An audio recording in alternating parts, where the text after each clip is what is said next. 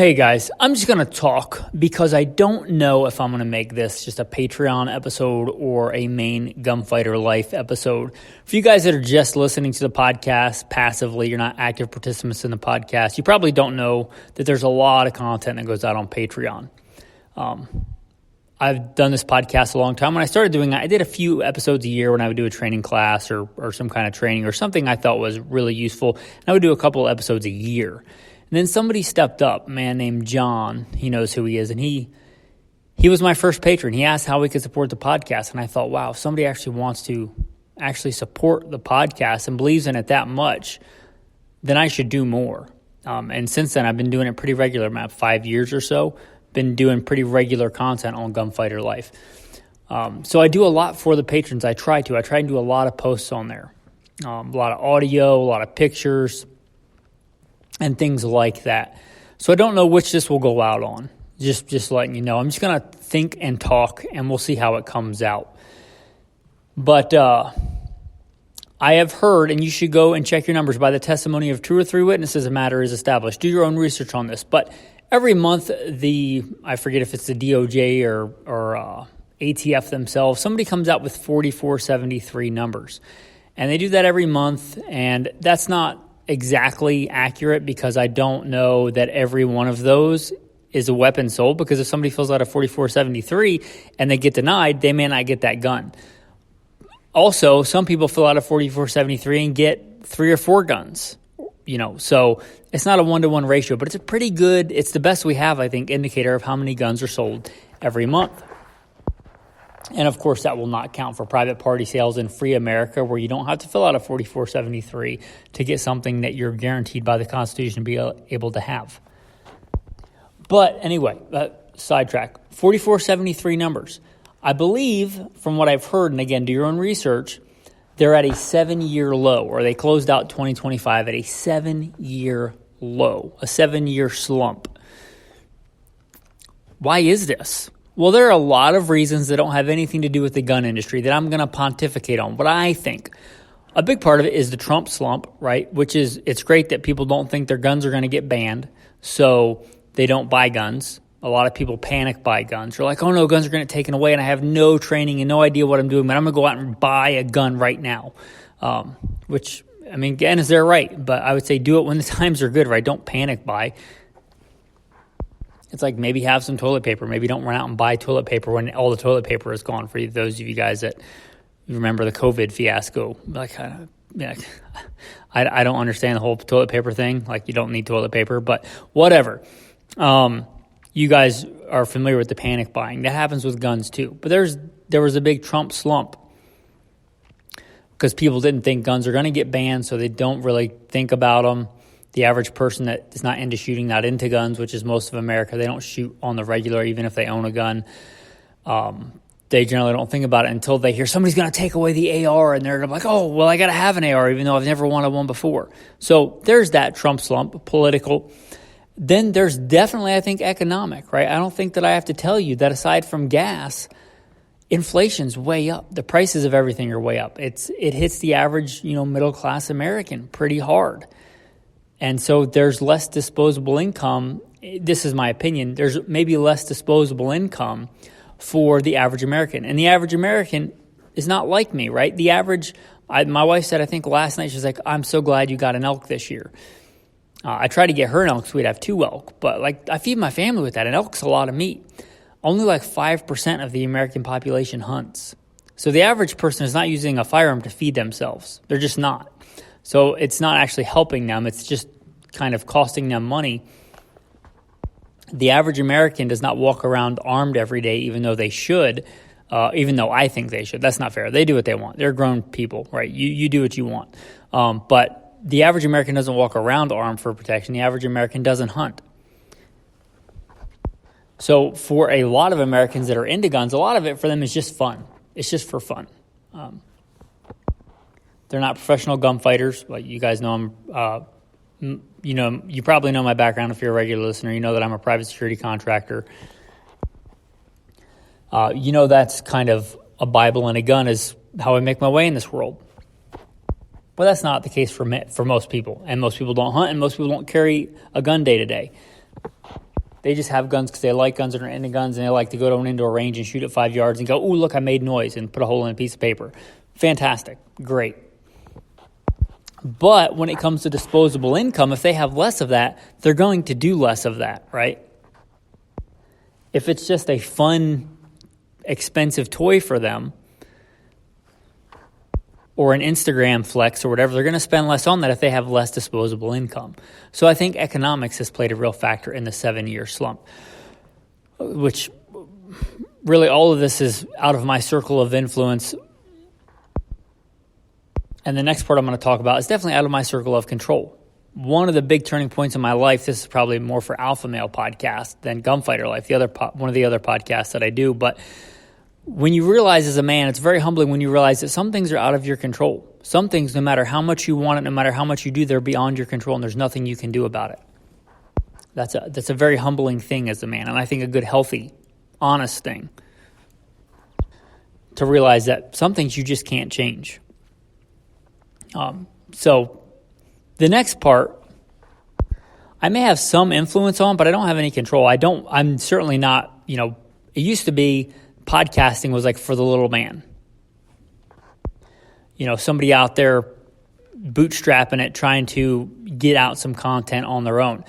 If you look now, a lot of the podcasts have gone corporate. They're just a part of the corporate beast, corporate monster. Most of the big podcasts that in the gun industry are by companies. They're pushing product. And they have a giant budget because they're part of a giant gun company. The big gun companies generally have podcasts, or the big optics companies, pushing Chinese optics or whatever. They have a big budget to put out a lot of content and a lot of good content with big professional studios, whereas I'm talking into an iPhone. And that's fine, but I'm just saying that a lot of that's going corporate. And a lot of people don't care. They just want to be told what to buy, and they plug into the big corporate podcast knowing that they're pushing their products, their philosophy. And that is what it is. So I want to be sober as to how much influence I actually have in the gun world. But here's my thoughts on the gun industry itself and why, as far as the gun industry goes, there's a 7-year slump. I think a lot of it, in my opinion, and I could be wrong about this, but a lot of it is them pushing products for a very elite. They're not pushing products that the masses want, that most people want. For instance, most of America lives east of the Mississippi River. And this doesn't even apply to me, but I know it applies to most Americans. Most Americans live east of the Mississippi River. Most Americans, they live in people hives. Most Americans live in urban and suburban areas. Most Americans don't live like me where I can just walk out my front door and shoot. I live that way on purpose, where I have a range in my front yard. Most Americans don't live that way. I could go out and shoot 1,000 yards if I want to. My little patch that I'm blessed to live on in my little cabin is on the border of 2 million acres of different public lands. And that's connected to even more public lands. That's just one of the close chunks is 2 million acres that I can shoot freely on. Most Americans don't have that. Most Americans live east of the Mississippi River in a people hive in an urban, suburban area. If they're going to a range, they're going to a indoor range, which is horrible, or maybe a little bit better, a public outdoor range. Most of those don't go out to 1,000 yards. So why is so much of the gun industry trying to convince people that they need all this noise, all this static, all these accessories, all these fidget spinners for men to shoot 1,000 yards, and most of them will never ever shoot 1,000 yards. And if you're the 1,000-yard guy, that's great, but you're like the 1% of the 5% of Americans that hunt, or the 1% of the small percentage of Americans that actually train hard with their firearms. So they're marketing to like less than 1% of the people that are actually going to do this. And so much of the market has been, you got to have this super high BC bullet. Well, you don't actually. If you live east of the Mississippi and you're going to shoot inside of 300 yards, and the vast majority of hunters hunt whitetail, and the vast majority of whitetail are taken inside 100 yards, let alone 300 yards. You don't need a high BC bullet. You just don't. So this giant market push, like, you got to have this caliber that shoots these new high BC bullets, but you don't, and most people don't. And you can only bamboozle people for so long. So just remember the companies that are pushing that. And it's fine to push it to the 1 or 2%, but a big chunk of the market has been these high BC bullets, you got to have them. They're so hot right now. When for the average person, the average shooter, there's really no advantage to them at all, and they cost more. Again, if you're that person, then that's great. But if you're not, it doesn't really apply. There's always the people that want the latest and greatest just because it's brand new and it's hot and they can Instagram flex or whatever. But like if you're the average Eastern hunter, you don't need a 7 BC with a, 0.6 BC bullet. You just don't. If you want it, that's fine. But most people aren't gonna benefit from that at all in any real world practical application. So they're marketing to, it applies to like maybe less than 1%, but they're trying to push it on everybody. And I think that's a big reason. They're focusing on stuff that most people don't care about or don't need or don't want. Or maybe they want it, but they're not going to spend the money on it. Like if you gave it to them, they'd take it. But so that high BC bullet's part of it. These super complicated, expensive optics are part of it. Again, if you're spending, $50,000 to go on a sheep hunt, maybe you're going to spend, $7,000 on an optic setup to shoot super long range because you might get a long range shot. But the average person's probably not doing that. Again, unless they just want the latest and greatest. They don't need it. So why is so much of the market focused on these crazy, giant, obese scopes that are heavy and cumbersome, which are actually probably worse for most people, for most hunting that live east of the Mississippi River because they're complicated. You got to do all this stuff to them. They're bigger, they're heavier, and they have no advantage to a person that hunts inside 300 yards when you could just do max point blank range and be done with it. And some people, again, will get bamboozled and think that they need all this stuff, and they'll buy it, and then they'll actually look and be like, oh, actually my old 308 or 30-06 with a 3-9 that I max point blank range is probably actually better for what I'm doing than this giant obese scope on this super long range rifle when I shoot my deer at 70 yards. But so much of the market is trying to convince people to spend their money on this stuff that doesn't apply to most people. So I think the gun industry can kind of blame itself for a big part of this slump. I am a Western hunter. I love Western hunting. I've been a professional guide. But that's not most people. And I'm going to be honest, out here, the locals, now you can bamboozle some Easterners into thinking they need this stuff, and maybe a few Westerners, but most of the guys out here local, they don't have any of that fancy stuff, and they take elk all the time with 30-30s, with 30-06s. Every year when you take your deer or your elk in most of the Western states, you have to do a hunt report, at least in the state that I live in. I would love to, all the questions they ask on there, I would love to see them ask, what caliber did you take this with? Because I can only go anecdotally from what I see people hunt with and what I know friends of mine and people that I know hunt with. But most of it is just old legacy stuff, right? Your Model 70 and 30-06.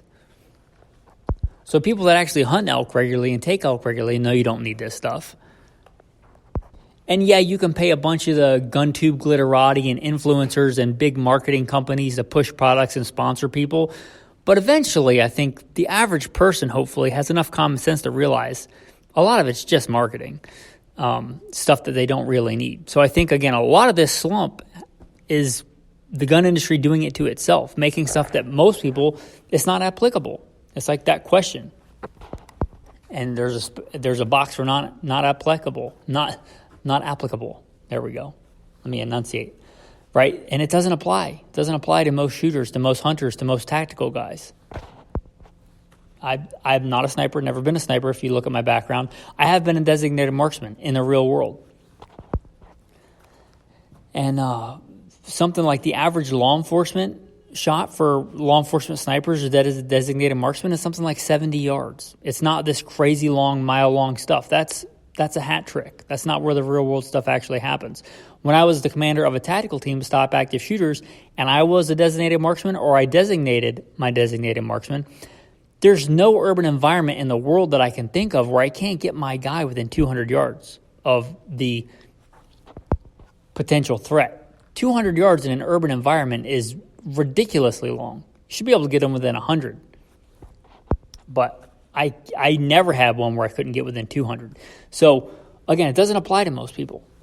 And you can only bamboozle people so long into thinking that it actually does. So, again, I think a big part of the slump is on them. If you looked at what most people actually did and what most people actually probably want,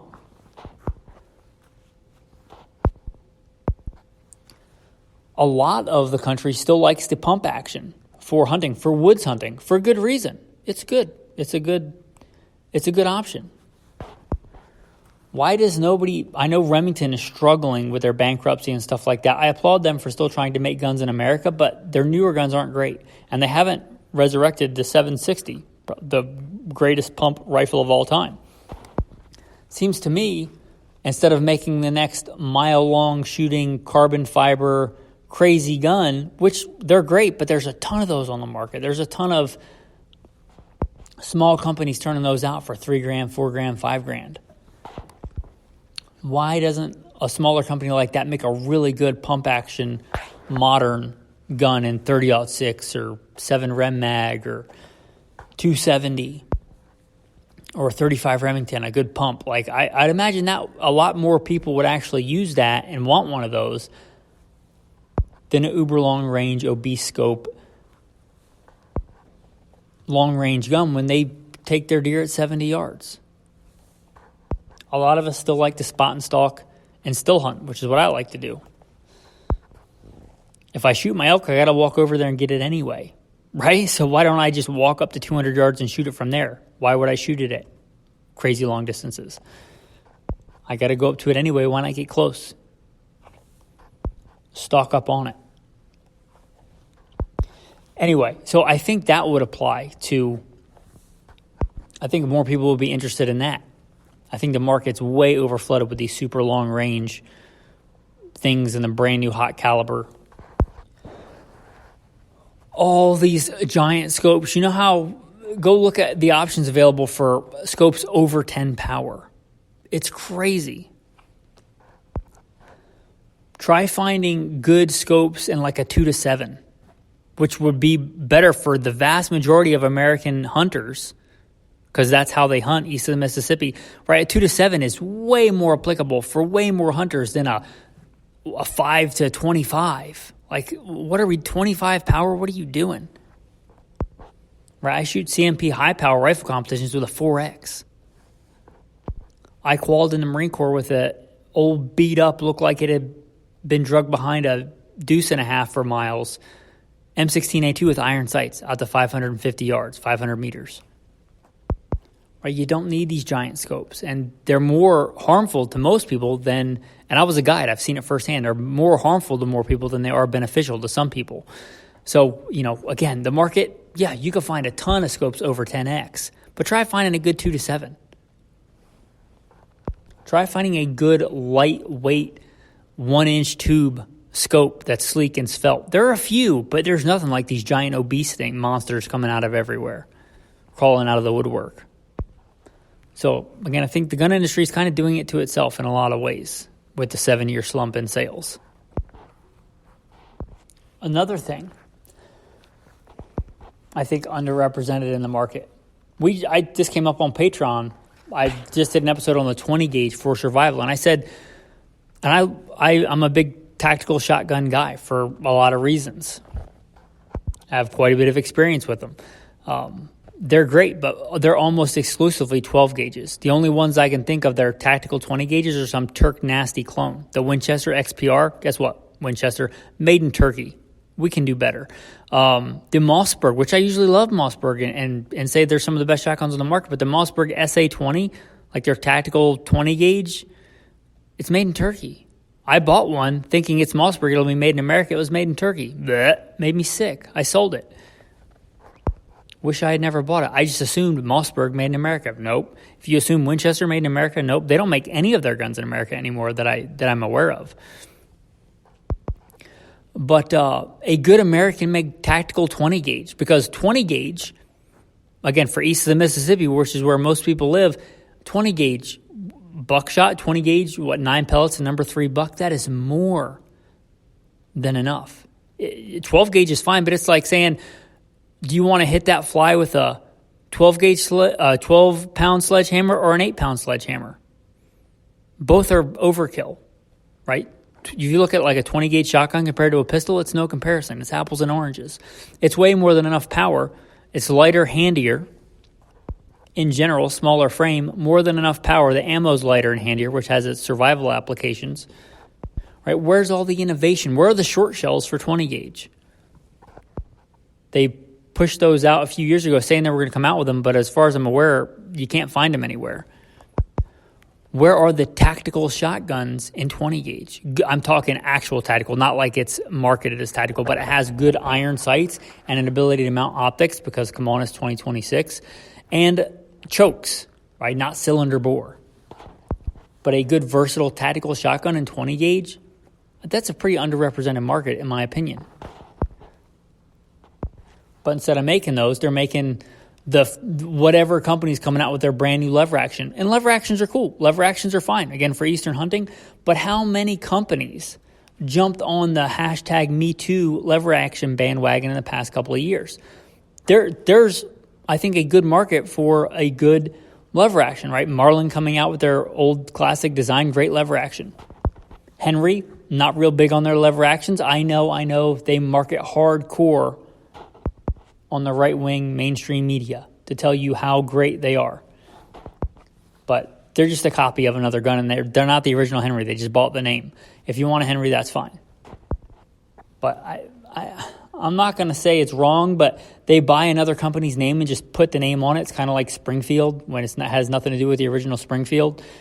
Okay, so then we got that, and then we got the fact that they make a whatever they call it looks like stainless, but it's not actually stainless. It's just they just paint it silver. Like that's not stainless. I'd be super mad if I bought one of those and thought it was stainless and it wasn't stainless. But there's a good market for like Marlin to make really good lever action guns. Winchester, although they don't make in America, they still make some other really good classic lever action designs.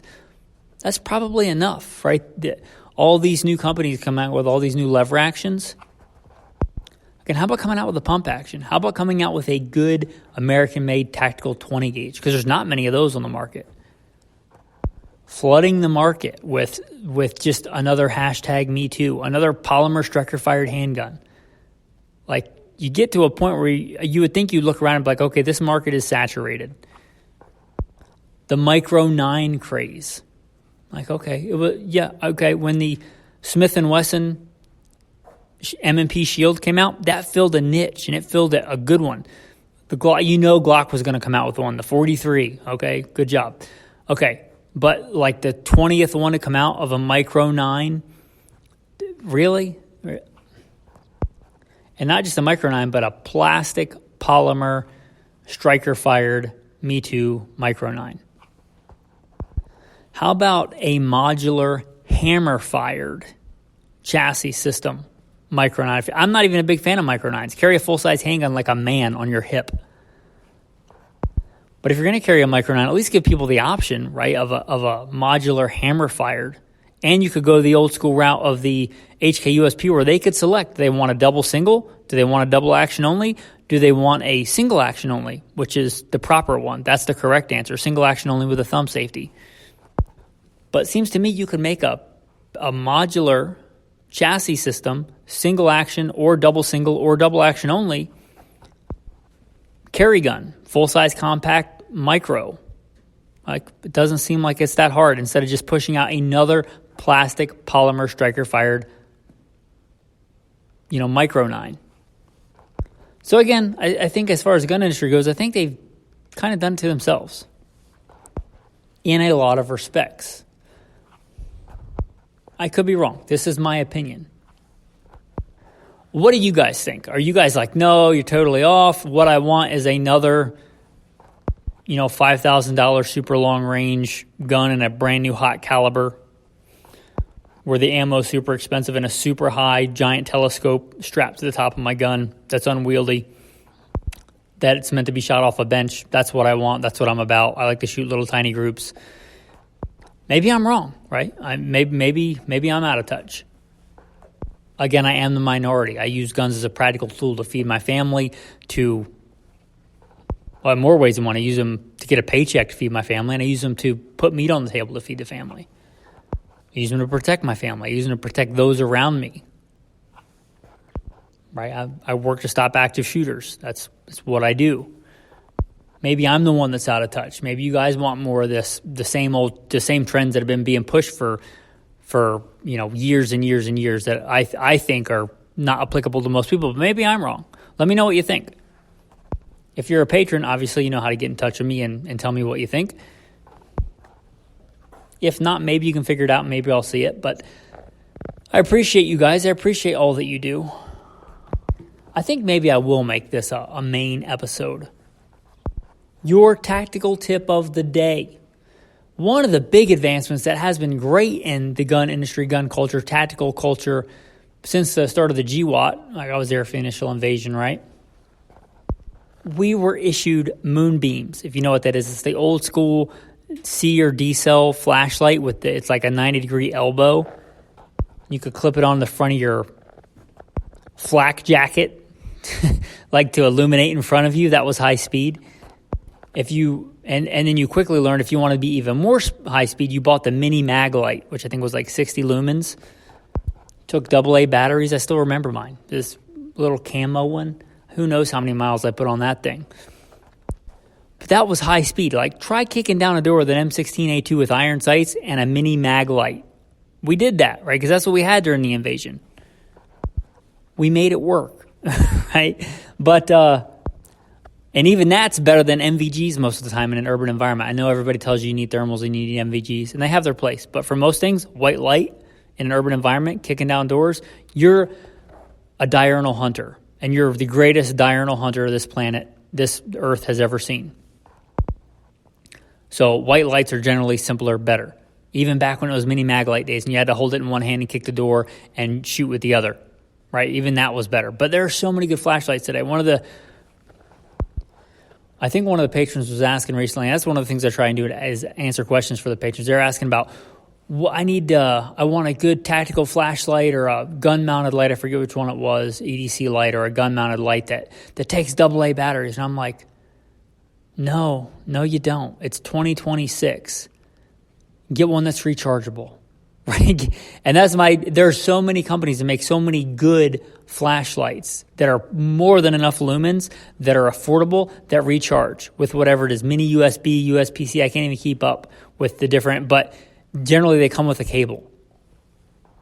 Most of us nowadays have the cables in their vehicle, so you can charge it in your vehicle, even if you're not somewhere with power, or you can charge it with a little tiny solar panel.